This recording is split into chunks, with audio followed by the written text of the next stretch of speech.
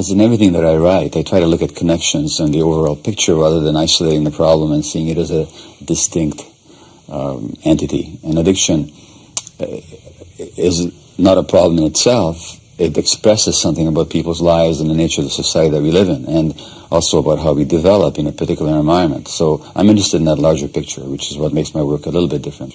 For the last decade, you've been working in the notorious East End of Vancouver with hardcore drug users, and you tell many of the stories of patients, people you worked with in your new book. How did that experience influence the way you look at addiction today as a researcher? For one thing, when you actually work with people daily, addiction takes on a human face. And when you talk to people about their lives, you get that addiction is the end point of a long process suffused by suffering from early childhood on. And for another, if you're open to yourself, you get to see that you're not that different. I'm not that different from the people that I work with. I'm more fortunate in a lot of ways, but there's a lot of fundamental dynamics that I can recognize and resonate with. So really, it takes away the otherness of the addict. Well, my definition of addiction is any behavior that has negative consequences, but a person continues to crave it and relapse into it, despite those negative consequences. And if you look at it from that point of view, there are many addictive behaviors in our culture. If you look at it from the point of view of brain physiology, which we can get into, the shopaholic and the workaholic, they're trying to excite and release the same brain chemicals that the drug addict is after. So both from the point of view of behavior and psychological dynamics and brain biology, there's only one addiction process. At the extreme end of that scale is the substance user who's injecting heroin and cocaine. But 30% of adults in Canada between 19 and 64 years of age define themselves as workaholics, which is to say they feel listless and unhappy when they're not working, and they ignore their families for the sake of the kick, the adrenaline and dopamine kick they get out of work. There's that compulsion to get something right away. So I'll drop everything and I'll run down to the store and I have to have this particular disc right now. So I ignore somebody who's in labor and a patient of mine. I'll go down to the store to buy a disc. I'll spend $8,000 in a week. I did once, not because I made a conscious choice to do so, but because was compelled to keep going back and going back, thinking that just one more will do it for me. But let me just say that if I look at the negative impact, the negative impact is that I lie to my wife. In other words, I undermine a relationship with my spouse because addiction almost automatically brings shame and dishonest behavior. And I'll ignore my kids. The root cause and the consequences, while perhaps not as deleteriously, are directionally the same. Absolutely. And it's, for the family, I mean, what does a kid feel like when his father is with him, but he's actually just thinking about his next purchase? Now, we're all aware that there are these other addictions, but drug addiction in particular seems to be stigmatized by society. Why is that? I think there's a huge mind split there, because on the one hand, tobacco smoke kills 5.5 million people around the world every year. In other words, as many people are killed by the perfectly legal and freely advertised activity of tobacco smoke as were killed in the Nazi genocide in the whole course of the Second World War. So for what reason we decide that heroin is a more dangerous drug than tobacco, I have no idea. And I'm not even talking about alcohol. I think that as a society, we tend to want to create another on whom we can lay our sins and the things we don't like about ourselves and kind of separate it from ourselves. So really, I think it's a scapegoat phenomenon. I think we're in a highly addicted culture. We don't like to look at the extremity of that addiction, which is the substance user, so we ostracize and marginalize them. And you think that actually adds to the problem of the addicts? Well, what did we do with prohibition except create Al Capone and the Chicago mob? I mean, the illegality and the negative behaviors of the drug addict arise mostly out of the illegality of the activity, not because of the very nature of the activity. Now, we often hear about an addiction gene, the notion that addicts are born, not made. You reject this. Well, there's simply no science behind it, or at least the science behind it is laughably illogical. And the assumptions that it's based on is that genes determine things. But first of all, nobody's ever identified a specific addiction gene for anything. Although there might be some genetic predispositions for certain traits that can lead to addiction, for the most part, genes are turned on and off by the environment. If I planted a seed of wheat on this table here, it wouldn't grow. There's nothing here that would turn on those genes to make that plant thrive. It's the same with human beings. And so most of brain development occurs under the impact of the environment, beginning in uterus. If you stress animals or human mothers during pregnancy, their offspring will be more likely to have addictive behaviors as adults. Not to mention the well-known fact that most substance abusers were themselves abused as children. Well, this is a big thesis, or part of the thesis of virtually everything I think you've written, is that Yeah. early childhood development is an incredibly important period. And in this instance, what goes on in early childhood can make you more prone to addiction. Explain that. Well, you know, there was a study in California that looked at 17,000 adults, half of whom had been to college, 30% of whom had completed college. In that population, they looked at what they called adverse childhood experiences, ACEs they called them, such as abuse in a family, a child being hit or sexually abused, a parent being hit by another parent, addiction in the family. If a child had 6 of those adverse childhood experiences, his chance of becoming a substance user was 4,600% greater than that of a child who did not have those experiences in childhood. Because what happens is that the early experience actually shapes the brain. Neurologically, the brains develop in a different way based on the behavioral context. Absolutely. The structures of the brain, the chemicals in the brain, the transmitters in the brain, the circuits are all defined and shaped by the environment. If you do a scan of women who are depressed and were sexually abused as kids, and you look at the scan of women who are depressed but they weren't sexually abused, there's a difference based on the fact that these women were sexually abused. In other words, early experiences. And I don't have a single patient, by the way, in the downtown east side, a single female patient who was not sexually abused as a child. Not one, not even by accident have I met one. And that's completely in line with the statistics.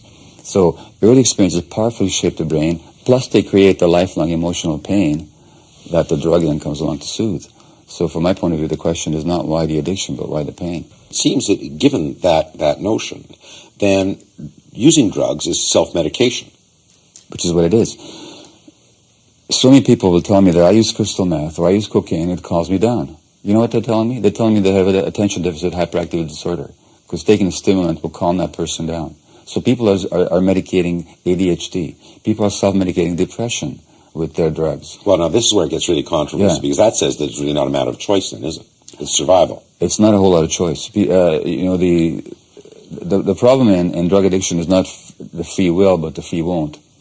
Their brains cannot say no because the circuitry is so empty and so full of craving for that release and that soothing and that diminishing of stress, that when that child, and usually addiction starts in teenagehood, that child does a drug for the first time, they feel calm and together like they've never have in their whole life. And at that moment, they're hooked. And that's a susceptible person. So then this certain brain circuitry lends itself to an addictive personality more than others. Yeah. The other brain research that's fascinating in this book is what happens to the addicted brain. This is after the fact. Talk to me about that. Sure.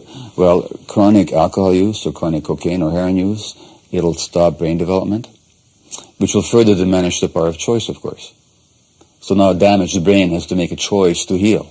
This is the dilemma that we're facing here. And so if you look at the gray matter or the white matter in the brains of chronic users, you'll see characteristic changes in failure of development corresponding to the length of use. That's a vicious cycle. It's a vicious cycle. The more you use, the more brain damage you sustain. Most people look to examples of, addiction seems to run in families. It does. Or even runs in communities. It does. Give your thesis an explanation of those kind of conclusions. Well, we have a very tragic case control experiment here in Canada with our First Nations population. There were addictive substances in North America before the coming of the Caucasians. In some areas there was alcohol, there was peyote, there was tobacco, there was no addiction. If addiction was genetic, those people should have been addicted. What happens is, of course, if you traumatize people, if you disempower them, if you take away their spiritual place in the universe, if you deprive them of meaning and dignity, if you take away their ways of making a living, if you destroy their communities and you keep this going for generations, then the need for soothing and relief becomes entrenched in those communities. And the trauma is passed on from one generation to the next because parenting styles are inherited not genetically, but biologically and behaviorally and psychologically from one generation to the next. So that means that now we have a highly traumatized population. 50 to 60% of our jail population is Aboriginal Canadians, even though they only make up 2 or 3% of the population. Same with your patient caseload. Exactly. 30% of my clients in the downtown east side are Aboriginal Canadians. And it's not because of any genetic predisposition. It's because of what's happened to them. So that things can go on in a family and pass it on from one generation to the next because you create the same conditions. It's got nothing to do with genes. Now, this has also, I would think, huge implications in public policy, because what you're saying, in essence, is that drugs aren't addictive, that there is an addictive personality. Well, drugs aren't addictive to the person not predisposed to become addicted. You give most people morphine for pain relief, and it doesn't matter how high doses you use, they'll never become addicted. Once the pain is gone, they stop the morphine. A very small percentage will become actually addicted because they're predisposed. The example I give in the book is the American Army in Vietnam, where 20% of the GIs at the end of the war who came back were actually addicted to heroin. Within a few years, only 1% was. Which means that if the drug was intrinsically addicted, those people should have stayed addicts. But they didn't. Once the stress of the war was over, only the most susceptible amongst them. You use, I think, a very apt analogy about gambling. Well, yeah, I mean, nobody argues that a pack of cards causes gambling addiction, or if that food causes food addiction, or that the availability of open stores causes shopping addiction. So there has to be a predisposition, and that predisposition is set, again, according to early stress. Now, but this, and again, it's a nuance that I think is really, really important in terms of the research, but maybe not understood immediately. You're saying that, addiction is not in the genes, but it is in our biology. Yeah, that's right. And genes don't equate, in other words, biology does not mean genes. And again, when it comes to plants or animals, people get that point really easily. Everybody knows that how you treat a little dog, a puppy, will have a huge impact on the kind of personality that dog will have when he grows up to be an adult. Or if you had a plant in your garden that wasn't growing well, you wouldn't yell at it and scream at it to grow up, would you? You would say, well, what are the conditions here? With human beings, we seem to think that these conditions are not that important, that it's all genetically determined, and I think it's a cop-out. I think it's our way as a society not to take responsibility for how we raise our kids, how we support parents, how we look after minorities, what possibilities we offer people. Now, a lot of your thinking and the research that you've drawn upon has gone into the creation of the safe injection sites that we're seeing starting to be experimented with. The critics say, "Oh, this is normalizing drug use. This doesn't deal with recovery. This basically just it allows someone to continue to be an addict." How do you respond to those critics? Well, first of all, nobody needs to be allowed to continue to be an addict. People will continue to be an addict no matter what you do, if they're going to continue to be an addict. The question is, should you help people reduce the harm from the addiction? In other words, should they use dirty needles and pass HIV and hepatitis C onto each other, or should we give them clean needles? If they overdose, should we resuscitate them, or should we let them die? Now, nobody argues that a workaholic business executive who suffers a heart attack should not get quadruple bypass surgery because it only encourages workaholism. Nobody argues that a smoker whose lungs are inflamed and the airways are narrowed should not be given medication to open up the airways and reduce inflammation so he can prolong his life and have a better quality of life. Nobody argues that a person who's got diabetes because they didn't exercise enough and ate too much shouldn't get insulin. Why the heck are we arguing? Why is it even a question? In other words, harm reduction is what we do in medicine. Most conditions are chronic, and most of the time what we do is reduce the harm. Now, a safe injection site, it's a very small step. It doesn't cure addiction. It's not meant to. It's meant to reduce the harm. But it's also a place where people can have compassionate medical care for the first time in their lives. And I work at a facility where we take people into detox from inside. In other words, people who meet medical staff for the first time and nurses and counselors for the first time who speak to them non-judgmentally are now able to take the step of moving towards recovery. So you have to meet people where they are at. Okay, let's say I come back to you and say, okay, I can see how it would be beneficial to the addict. Yeah. Is there an argument of the public interest about safe injections? Well, yes. It means that fewer people are injecting in the streets. It means that fewer people are falling down in the streets. It means that fewer people are getting diseases that cost tremendous amounts of dollars to try and manage in the future. So there's only benefit and there's no downside. The opposition to these harm reduction measures is not based on any science or logic. It's based purely on a kind of fundamentalist moral judgment that drug addiction is bad and other addictions are okay, but this addiction is somehow morally reprehensible. It's a judgment. Yeah. In the same, exactly the same way, I mean, your research has led you to conclude that the war on drugs, at least as it's waged right now, is wrong-headed and will ultimately fail. Why so? Well, first of all, it's been going on for many, many decades, and we're not seeing any results. In fact, we're seeing worsening of the problem everywhere you look. In the United States, which is the leader of the war on drugs internationally, and which imposes its views on other countries quite brutally, actually, leads the world. The Americans make up 5% of the world's population. They make up 25% of the world's jail population. There's one or more Americans in jail for every 100 Americans alive. That's a very unenviable statistic. And most of those people are in jail because of drug-related issues. In other words, we create this huge crime problem by making something illegal that people... There's an American judge who said that trying to repeal the law of supply and demand is like trying to repeal the law of gravity. Yes, by all means, we should deal with addiction, but you can't do it punitively, and you can't do it administratively. You have to do it through a compassionate and scientific-based approach. This has led you further to conclude that really what we should be doing, rather than spending all of this money on enforcement and criminalizing drug behavior, that we should actually legalize it. Not legalize it, decriminalize it. Yeah. Legalization would mean that we'd have a situation like tobacco, where people are getting profits of the deaths of 5 million people a year. We wouldn't want that now, would we? That's what legalization would mean. I'm talking about decriminalization, where the possession for personal use of these drugs would no longer be a crime, and where the drugs of dependence are actually supplied to people under health supervision to confirm that. Even really hard, dangerous drugs like crystal meth? Well, there's all kinds of details that I probably don't have time to go into here. Crystal meth is an interesting side issue, and I believe you could be managing it a lot better. Even then, I would say that I'd like to find a way of at least giving people pure crystal meth if they're going to use it rather than the adulterated, poisonous stuff that they inject in the streets. But I think we could get rid of crystal meth use really, really quickly with some more enlightened medical treatments. I don't think that's such a big issue. But certainly cocaine and heroin. And that would also give us an opportunity to bring people into care so that they have a much better chance of giving up their addiction. You see, if we want people to make the choice to give up their addiction, we first of all have to de-stress them. The research is unequivocal that the biggest driver for relapse and addictive behaviors is stress itself. And this again goes back to the brain condition, isn't it? Absolutely. When people's cortisol levels are high, and cortisol is the body's stress hormone, they're much more likely to use a drug to try and soothe their stresses.